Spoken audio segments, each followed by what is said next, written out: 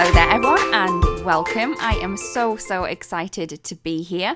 Hi, I'm Lydia from Altenew. I'm the creative ambassador and we are going to be creating this card today using some of the products in our newest release. First up, I have my stamp wheel on my work surface. I'm going to be using this as my stamping tool. I then have a piece of cardstock and this is just around 7 by 5.5 inches. And I'm going to be stamping a lot of images using this one. So this one is the Cupped Flowers stamp set. And as you can see, we do have the layering guide within the packaging, but we're just going to be doing this large floral cluster that you can see on the top. Now I did manage to stamp 2 floral clusters on each of 2 pieces of cardstock, so the same size. So what I'm going to do is I'm going to start with the leaves first. I find that using the base leaves is the easiest way to go about this. And the colour that I'm going to go with is the Eastern Sky ink from Altenew. Now, not necessarily a kind of ink colour that you would choose for leaves first, but I thought this would be fun. So that is why I am doing this one. So I've just inked that up, flipped it over, and then I'm stamping that into place on my cardstock. I did miss a little piece, so I popped it back into position just to add the ink down there. That's the great thing about having a stamping tool, is that you can stamp directly in the same place again and not have to worry. So as you can see, I'm just going to switch that out. I have another piece of cardstock which is the same size, so around about 7 by 5.5, and I'm just going to stamp this again. For the other one, I did have to kind of twist the image a little bit just to make sure that it would stamp at the bottom of these 2 pieces of cardstock. So in the end, I did come away with 4 images. So once I have finished the kind of base leaves, I'm then going to move on to the shadow that we have. Now we only have this small shadow piece, and the layering guide will show you exactly where that needs to go. So I'm just nestling that into place and then picking that up with my flip plate on my stamp wheel. And this time around, I am going to be using the very pretty ultramarine ink. So this is a darker shade of the one that we've just previously stamped the base leaves out of. So I'm just going to stamp that into place. Again, I've stamped that on the other images I have too. I'm then going to take the detail and then the stem image. So again, I'm popping that into place where it needs to be and then picking that up again with my stamp wheel. So this time around, I'm going to go in with the Tanzanite ink. So this is a really dark navy color, one of my favorites. I do love blues, and I am loving how these leaves are looking at the minute. I really do like this effect here. So once I have stamped that down, again, I'm going to stamp the other ones, and then that's kind of all of the leaf portions all complete. I'm then going to move on to the flowers. So I'm going to add in the base pieces for the flowers. So we have the 2 flowers that are connected together and that little bud that's just going to nestle on the top of that little stem that we have over on the left hand side. Once I'm happy with the placement, I'm going to pick that up with my stamp plate, and then I am going to be using some ink to ink these up. This time I'm going to be using the blush ink, so I'm just going to ink that up and then stamp that into place. If you find that you want a deeper impression, you could always stamp that twice. That's completely up to you. So once I have done that, I'm going to move on to the second layer of the flowers. Now I'm going to miss out the bud this time around, and I'm just going to be doing the 2 large flowers that we have on the right hand edge. And this time around, I'm going to be using the rouge ink to stamp these into position. So I'm just going to ink that up and then flip the flip plate over and then stamp that into place there. Once that has been done, again, I'm going to do the others, but I am going to move on to the 3rd layer.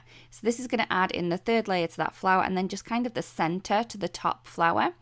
And this time around here, I will be using a different kind of color family. It's going to add a darker shade, but I am going to be using the Coral Bliss ink. So this is a really beautiful coral color, but I did want this darker this time around. So I did stamp this multiple times, one on top of the other, to give me that darker kind of shade for this one. You could have done the same with the rouge ink if you just have the blush and the rouge, but I find that this color combo looks really, really good. So again, I'm just going to stamp that again on top. So I did do this 3 times to get that really dark, vibrant shade there. And I did do it on the other images as well. And I'm just going to add the detail into the buds, again, using that Coral Bliss ink. So once that has been done, we do have little flower centers on the stamps, but I wanted to add a gold in, and I find that this is the easiest way to do it is just to grab a gel pen. I'm just using the gel pens from Altenew for this one. We have a gold, a silver, and a white in the pack. And I'm just going to grab the gold, and all I'm doing is I'm kind of scribbling in those flower centers and then adding in the anther there. So there's all 4 images that we have. Once they have been perfectly stamped with the aid of the stamp wheel, I'm then going to cut these out. So I'm just going to be using the coordinating die for the Cupped Flowers stamp set, and I'm just going to place that into position around the stamped image and then just add a little bit of tape just to keep that into place while we move that through the machine. I then decided I wanted to have a different colour background. So this is the parchment cardstock from Altenew. It's kind of a craft colour cardstock. But as you can see, because we stamped on the white cardstock, that is looking a little bit weird. So what I'm going to do is I'm going to colour around those images on the white pieces. I took out my markers that I thought closely resembled the cardstock colour underneath, and I found that my Rocky Shore artist marker was the perfect match. So all I'm going to do is I'm just going to go around the outside edge of each of the die cuts. So that's the kind of little white edge that you get when you do the die cut. And if you did fussy cut this out yourself, which I applaud you, you probably wouldn't get as much of a border because you would cut right up to the edge. But I'm just going to go around that edge, and I find that this is the quickest way to do it because fussy cutting this image would have took a while, especially to do 4 of them. So as you can see, I'm just going around the outside edge, going right up to the stamped image, but staying on that white part that we have there. It does take a little bit of time, but I do find that this is really, really worth it in the end. So you can see there we have that image, and I'm going to do all of the other 4, and it looks a lot better on that card at the card base at the bottom. So I have just done all of them. I didn't do it on screen so you can see how they are there, and then I'm going to add that piece of parchment cardstock, which is 4 1/4 by 5 1/2, onto a white card base. Again, the card base is 4 1/4 by 5 1/2, and I'm just using the Altenew tape glue just to add that into position. I did have a little bit of white right at the top of this, but I just trimmed that off with some scissors. Once that has been done, I'm then going to kind of play around with the die cut images that we have. So this is, you can really spend a lot of time to figure out where you want all of these to be. But once you're happy with them, you're just going to keep them in place, and then we're going to pick them up all in one piece. So I just have a piece of the Glad Press and Seal, and I've just popped that into position and then flip that whole piece over. Once that's done, I'm going to add some foam tape behind. This is the Instant Dimension foam tape from Altenew. This has such a pretty backing on the kind of tape that we have here. And what I'm doing is I'm just cutting small pieces of that tape and then adding that behind the images. I am trying to add tape over the kind of joins where the die cuts meet, and that'll keep the die cuts together a little bit more rather than just kind of placing it away from those joins. So you do want to go over those joins a little. Once I've removed all of the backing, I can then add that little piece that we have back into place onto the card base. So I'm just going to cut around the outside edge of the card just to get rid of, remove any of the overhanging pieces, and that's going to give us a really clean look. Doing it from the back, I find, is the best way to do it. So once that has been done, I had a couple of little spaces that I wasn't really happy with around the outside. And I also had some spare pieces that we've just chopped off. So what I'm going to do is I'm just going to add a couple of these little pieces into place around the outside edge just to fill in some gaps. And I'm just adding a little bit of tape to them if needed, but a lot of them didn't need the tape. It was already on there from before. Once that has been done, we can then go ahead and cut off these overhanging pieces again. I'm just using the scissors from Altenew. These are really great for detailed cutting.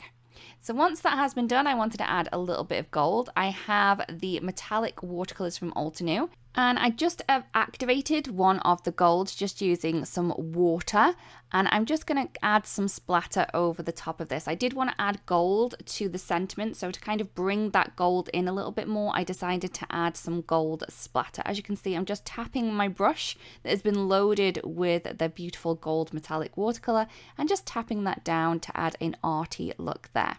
I'm then going to take the Sweet Expressions die set from Altenew, and I'm going to be using the Love You sentiment, and I am going to be using some navy cardstock for the base or the shadow of the sentiment, and then I'm going to be using some gold, some of the brushed gold cardstock from Altenew for the Love You sentiment itself. I do have some double-sided adhesive on the back of the Love You sentiment, but not on the navy shadow piece that we have. So as you can see, I'm just going to remove that, and then you can see here that I did have that double-sided adhesive on the back of this one, so that's why it took a little bit longer to remove. I can then remove all of the little landlocked pieces from the Love You sentiment and then pop that into place onto the shadow piece, because we did have that double-sided adhesive on the back of this to start with. Once that's done, we're then going to pop this into place just to add a little bit more dimension and interest to the card. I am going to be using some of the Instant Dimension foam tape just to pop that on. I am trying to hide that little gap that we have in the center with my E, and I find that that looks perfect just the way it is. I really do hope that you liked the card and that you've enjoyed the video. Thank you so much for joining me, and I can't wait to see what you come up with. Thank you so much, and we'll see you again really, really soon. Bye-bye.